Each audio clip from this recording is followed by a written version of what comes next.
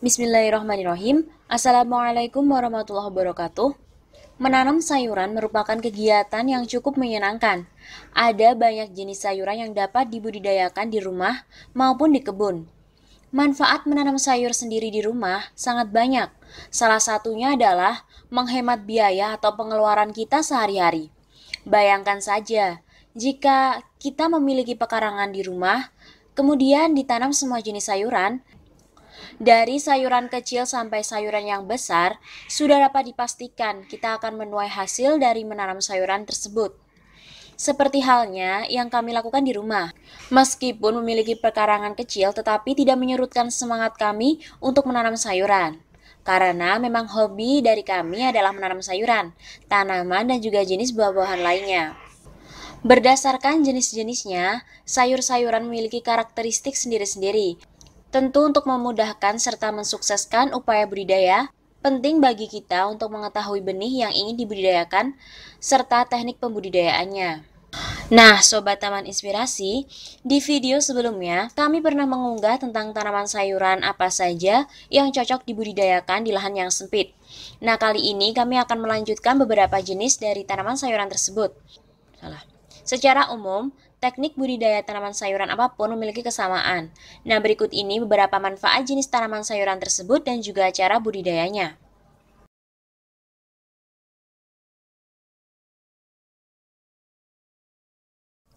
Bayam merah dan juga bayam hijau. Ada dua jenis bayam yang populer, yaitu bayam merah dan juga bayam hijau. Bayam hijau dan merah sama-sama memiliki manfaat baik bagi tubuh karena merupakan sumber kalsium, vitamin A, vitamin E dan juga vitamin C, serta serat dan juga beta-karoten. Selain itu, bayam juga memiliki kandungan zat besi yang tinggi untuk mencegah anemia. Kandungan kalsium dalam bayam juga dapat mencegah pengapuran tulang. Bayam merah dan juga bayam hijau sebenarnya sama-sama memiliki manfaat yang baik. Perbedaan dari kedua bayam ini hanya pada warnanya.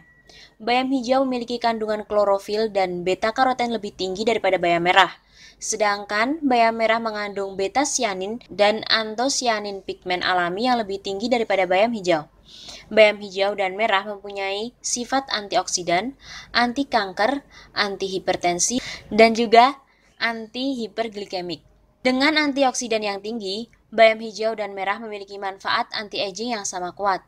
Namun, warna bayam yang lebih gelap, baik itu merah maupun hijau, memiliki kandungan nutrisi dan gizi yang lebih tinggi. Secara umum, bayam dapat meningkatkan kinerja ginjal dan melancarkan pencernaan. Daun bayam digunakan untuk membersihkan darah sehabis bersalin, memperkuat akar rambut, serta mengobati tekanan darah rendah, kurang darah atau anemia, dan gagal ginjal. Selain itu, sayur bayam memiliki khasiat untuk mencegah hilangnya penglihatan akibat usia yang menua. Bayam memiliki periode tanam yang relatif singkat, apalagi untuk tujuan komersial sebagai bayam cabut. Bayam merupakan tanaman yang mudah ditanam dan cepat mengeluarkan hasil. Tanah liat gembur, ringan dan juga berpasir yang kaya dengan bahan organik sesuai ditanam dengan bayam, dengan pH antara 5,5 sampai 6,5 serta memiliki drainase yang baik. Budidaya tanaman bayam akan lebih efektif bila dilakukan tanpa proses penyemaian terlebih dahulu. Hal yang perlu diperhatikan adalah tanaman ini membutuhkan cahaya matahari yang cukup. Untuk suhu ideal tanaman bayam adalah sekitar 16 derajat sampai 20 derajat Celcius dan kelembapan udara yang sedang. Ketika datang musim hujan, biasanya bayam tidak bisa tumbuh dengan baik jika ditanam di lahan yang terbuka, karena daun bayam mudah rusak terkena air hujan secara terus-menerus.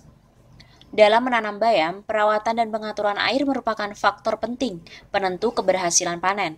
Oleh karena itu, ketika awal benih ditebar, perawatan harus sudah dilakukan dengan optimal. Budidaya bayam sudah mulai bisa dipanen ketika berusia 20 hari sejak masa tanam, atau tingginya tanaman sekitar 20 cm.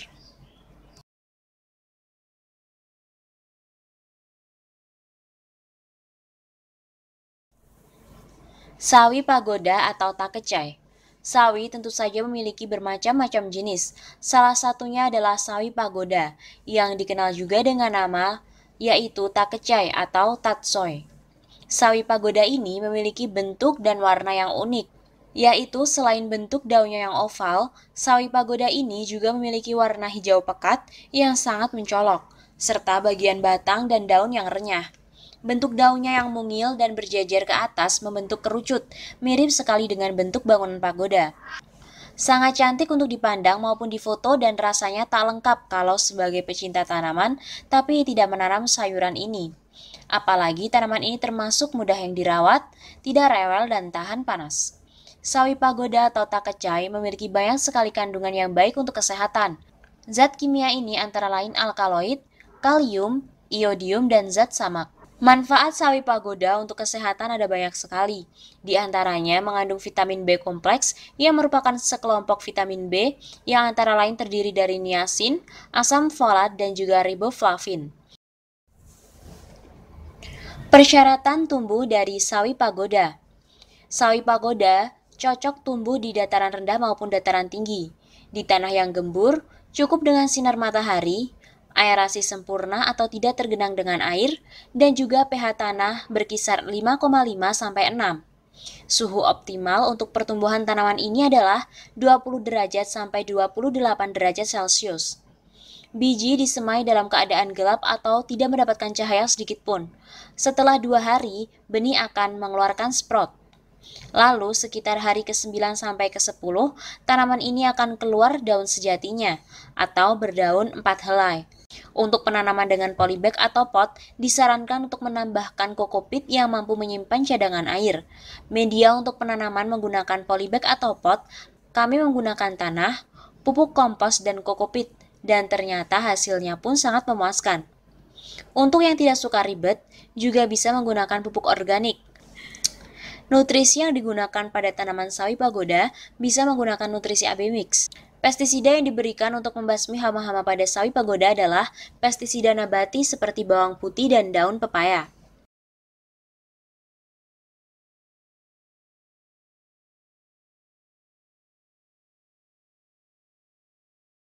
Pakcoy. Berbeda lagi dengan tanaman yang satu ini, pakcoy ialah salah satu sayuran dari keluarga sawi yang berasal dari Cina. Yang membedakannya dengan sawi lain ialah batangnya yang lebih lunak, dengan tinggi tanaman yang lebih pendek dan daun yang lebih lebar. Pakcoy juga dikenal dengan nama sawi sendok. Masyarakat menyukai sayur jenis ini karena tidak butuh waktu lama dalam memasaknya, dan rasanya yang renyah dan juga tidak pahit. Bahkan ada rasa manisnya. Ternyata selain rasanya yang enak, pakcoy merupakan sayuran yang kaya akan khasiat. Nah, berikut ini adalah manfaatnya. Untuk menjaga kesehatan mata, pakcoy mengandung vitamin A yang sangat tinggi. Hal ini karena dalam pakcoy terdapat beta-karoten, zeaxanthin, dan juga lutein yang bermanfaat untuk kesehatan mata. Meningkatkan kekebalan tubuh. Pakcoy juga dapat meningkatkan kekebalan tubuh. Hal ini karena kandungan vitamin C yang tinggi. Dalam satu gelasnya mengandung 44,2 mg atau sekitar 74% vitamin C. Syarat tumbuh tanaman pakcoy. Pakcoy dapat tumbuh pada daerah tropis dan subtropis, baik itu di dataran rendah maupun dataran tinggi, asalkan tanah untuk menanam sayuran tersebut kaya akan unsur hara dan juga tersinari oleh sinar matahari serta terdapat air yang cukup. Tanah untuk menanam setidaknya memiliki pH sekitar 5,5 sampai 6. Untuk cara budidaya dan perawatannya tidak jauh beda dengan tanaman sawi pada umumnya, baik persiapan lahan, pembibitan, penanaman, dan juga pemeliharaan.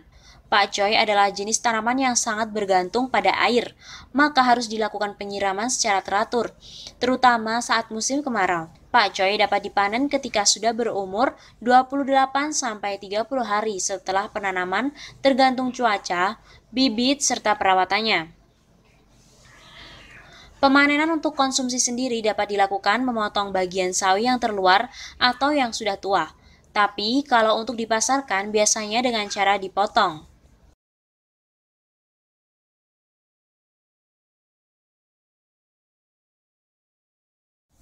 Seledri. Di balik kelezatan dan keharuman rasa serta aroma daun seledri, ternyata tersimpan berbagai manfaat sakral bagi kesehatan. Kemudian, apa saja manfaat dan khasiat daun seledri itu? Daun seledri berkhasiat untuk kesehatan dan kecantikan Anda karena bisa membantu menurunkan berat badan. Antioksidan yang berfungsi mencegah kanker, melindungi tubuh dari risiko sakit, dan meningkatkan daya imunitas tubuh. Kaya akan kandungan gizi dan nutrisi seperti vitamin C, asam folat, niacin, dan riboflavin yang baik untuk metabolisme tubuh. Kalsium yang baik untuk pertumbuhan dan menjaga tulang dari risiko osteoporosis. Kalium untuk menjaga kesehatan jantung Anda. Cara budidaya seledri. Budidaya tanaman seledri sangat mudah, asalkan tempat Anda mendapatkan sinar matahari yang cukup dan tidak berlebih dengan tingkat kelembapan yang baik pula. Ada dua cara untuk menanam tanaman seledri. Pertama dengan cara biji. Ini dikenal sebagai cara generatif. Kedua dengan cara memisah dari anakan, yaitu dikenal dengan cara vegetatif. Media tanam harus benar-benar subur. Sebaiknya gunakan dari tanah kompos hasil dari sampah tumbuhan. Sebarkan bibit di lahan atau di polybag. Siram pagi dan juga sore hari. Jika sudah berumur 1 minggu, cukup siram 3-4 kali dalam seminggu. Tunggu sampai layak untuk dipetik. Untuk cara vegetatif, pisahkan anakan dari indukan dan tanam lagi di media tanam yang lain. Begitu seterusnya. Mudah sekali bukan? Pemanenan seledri tidak sekali lalu selesai. Seledri bisa dipanen dengan menyisakan umbinya agar umbi tersebut nantinya tumbuh lagi. Hal ini dilakukan terus-menerus hingga masa produktif seledri habis dan harus diganti dengan bibit yang baru.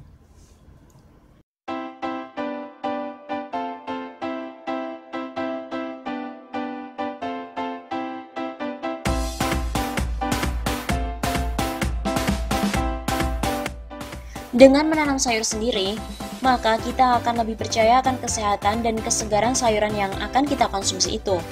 Jika kita beli di pasar, belum tentu sayuran tersebut sehat. Terkadang banyak petani yang lalai dalam menggunakan pestisida, sehingga jika dikonsumsi akan membahayakan tubuh kita. Dengan penataan tanaman yang asri akan menghasilkan lingkungan yang serasi dan juga indah, sehingga sedap dipandang oleh mata. Kemudian mendatangkan kenyamanan bagi penghuninya, dan akan mendapatkan kondisi lingkungan yang estetis. Jadi, apalagi yang Anda ragukan? Meskipun lahan yang Anda miliki sempit, tetapi Anda bisa menggunakan cara-cara yang mudah untuk menanamnya. Bisa menggunakan metode vertikultur, hidroponik maupun dengan menggunakan lahan yang minimalis. Selamat mencoba dan semoga sukses. Jangan lupa untuk like, share, komen, dan subscribe untuk mendapatkan video-video yang bermanfaat dari Taman Inspirasi. Jangan lupa untuk selalu berdoa kepada Allah SWT agar dalam aktivitas kita selalu mendapatkan berkah darinya. Wassalamualaikum warahmatullahi wabarakatuh.